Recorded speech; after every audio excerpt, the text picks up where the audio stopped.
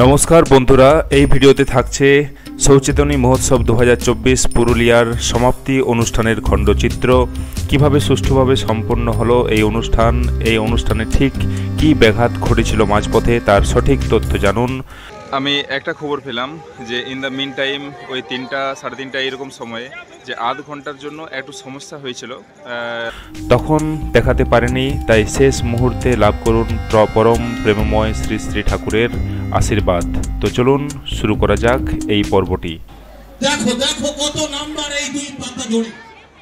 আমি পিএইচডি তে first class first. বাবা বলেন সব কৃতিত্ব নেই তো তোমার মায়ের।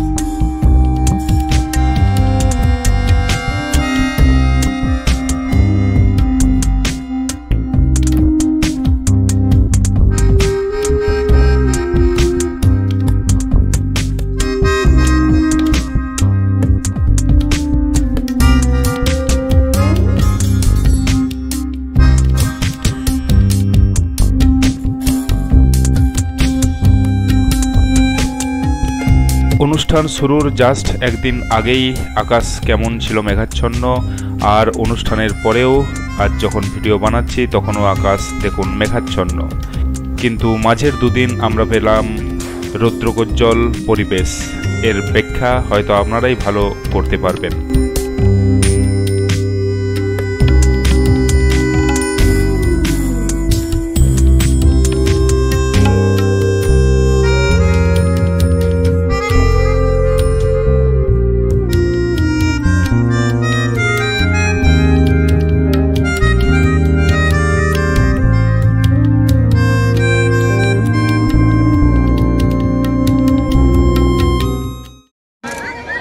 ছেলে বলে বাবা দেখো দেখো কত নাম্বার এই দুই পাতা জুড়ে। আমি পিএইচডি তে ফার্স্ট ক্লাস ফার্স্ট। বাবা বলেন সব কৃতিত্ব নেই তো তোমার মায়ের। যাও না যাও তোমার মায়ের ঘরে, ওনাকে বলো তোমার নাম্বারগুলো না হয় ওনাকেই দেখাও। মা বুঝবেন কেমন করে? মা তো নিরক্ষর, উনি অক্ষর চিনবেন কেমন করে? এতে কোথায় কত নাম্বার। জাস্ট কিছুক্ষণ আগে সৃজন গ্রুপের নৃত্যানুষ্ঠান সমাপ্ত হলো।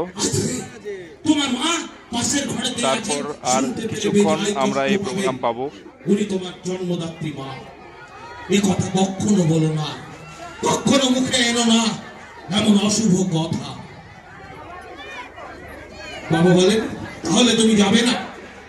তুমি জানো যেদিন তুমি তোমার ওই মায়ের পেটে ছিলে, সেদিন তোমার মা দুধ খেতে ভালোবাসতেন না, তবুও নাকটা টিপেই না এমন স্বাক্ষরিত মা। আমি চাই সারা বিশ্বে প্রতিটি ঘরে ঘরে এমনই তোমার মতো নিরক্ষর মা থাক। যদি নিরক্ষর মা না থাকে তাহলে আমাদের মতো সন্তানদের তারা ফিরেও দেখে না। তারা অফিস থেকে ফিরে নয় ল্যাপটপ নিয়ে বসে, না হলে মোবাইলে চ্যাট করতে বসে যায় তার বসের সাথে।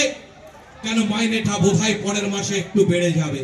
কবিতা আর আমার জীবনের একটা ছোট্ট কথা বলে আমি শেষ করে দেব। এবছর পুজোর ঘটনা আমি চাই সবাই আপনারা এখানে যারা আছেন তারা, আমি কতটা ভালোবাসতে পারি ঠাকুরকে জানি না, তবে ঠাকুরকে ধরার চেষ্টা করতে হবে, ভালোবাসতে হবে, তাকে অগাধ বিশ্বাস করতে হবে। অগাধ বিশ্বাসে অনেক কিছু হয়ে যায়, অগাধ বিশ্বাসে মিরাক্কেল হয়। এই অনুষ্ঠান বা ভান্ডারা সব ঠিকঠাকভাবে পরিবেশিত হয়েছে কিনা বা কেমনভাবে সব হলো সেই খোঁজ খবর আমরা নেব। চলুন আমরা যাই সেখানে, কমিটিতে যারা আছেন তাদের সাথে দু চার কথা বলার চেষ্টা করি।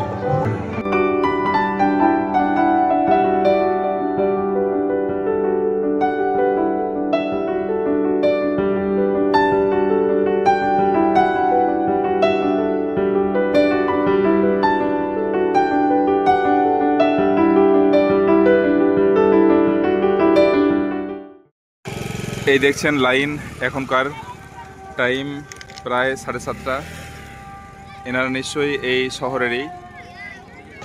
আমি একটা খবর পেলাম যে ইন দ্য মিন টাইম ওই 3টা 3:30 এরকম সময়ে যে আধ ঘন্টার জন্য একটু সমস্যা হয়েছিল, সেইটার ব্যাপারেই আমরা ওখানে জানবো ডিটেলস যে কি ব্যাপারটা ঘটেছিল সেই সময়।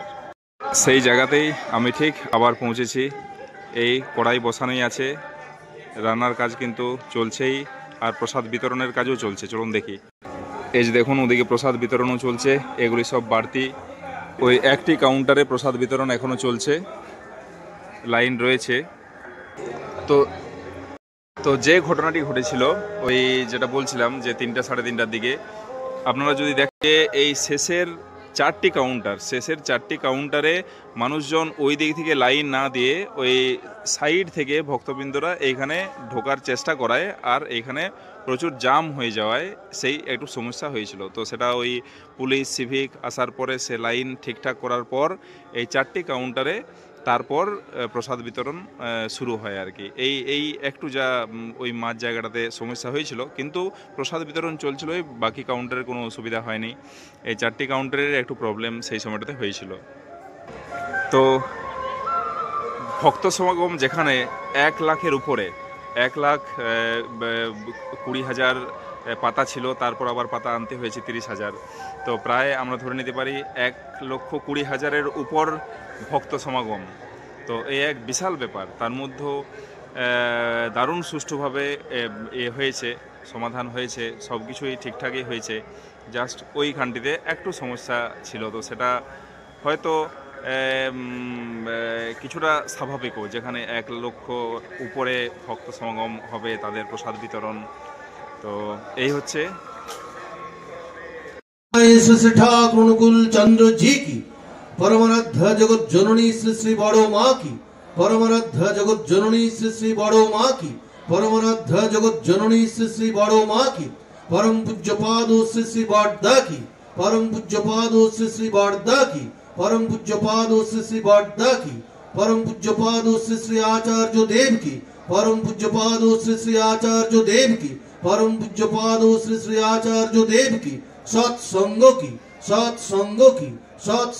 की वंदे पुरुषोत्तमं वंदे आर्य पितृन् वंदे मातृवर्गन् वंदे हं कृष्टि दैवतन् वंदे पुरुषोत्तमं वंदे पुरुषोत्तमं वंदे पुरुषोत्तमं। ভক্ত হলো, আপনারা সবাই সাবধানে বাড়ি যাবেন। জয় গুরু।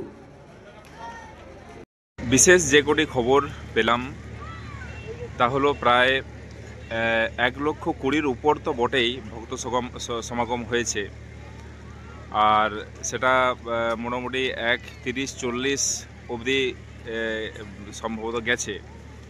আর দীক্ষিত হয়েছেন, দীক্ষার যে ব্যবস্থা ছিল প্রায় 150 জনের উপর দীক্ষিত হয়েছেন।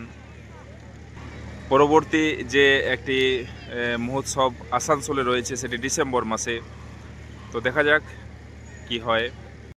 তো শেষ অবধি আপনাদের সামনে সমস্ত তথ্য তুলে ধরার চেষ্টা করলাম। কতদূর কি পেরেছি জানি না, আপনারা কমেন্টে জানাবেন কেমন কি হয়েছে ভিডিওগুলো।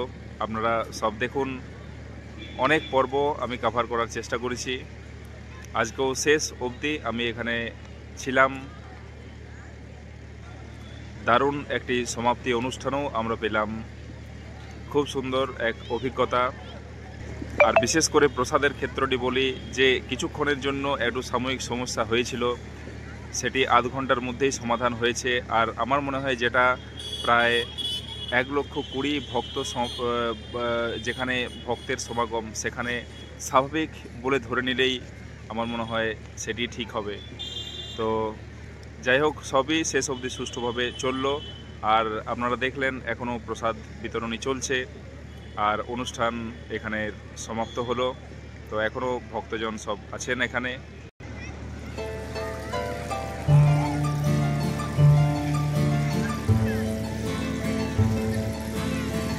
যেটি বলেছিলাম, পরবর্তী অনুষ্ঠানের জন্য তো অবশ্যই অপেক্ষায় থাকলাম। আমার মনে হয় পুরুলিয়া একটি ভালো ছাপ ফেলেছে এই মহোৎসবে। আপনারা কি বলবেন? আপনারাও বলুন। যাই হোক, এখানেই রাখলাম। নমস্কার, ধন্যবাদ। দেখা হবে আবার এইরকমই কোনো পর্বে।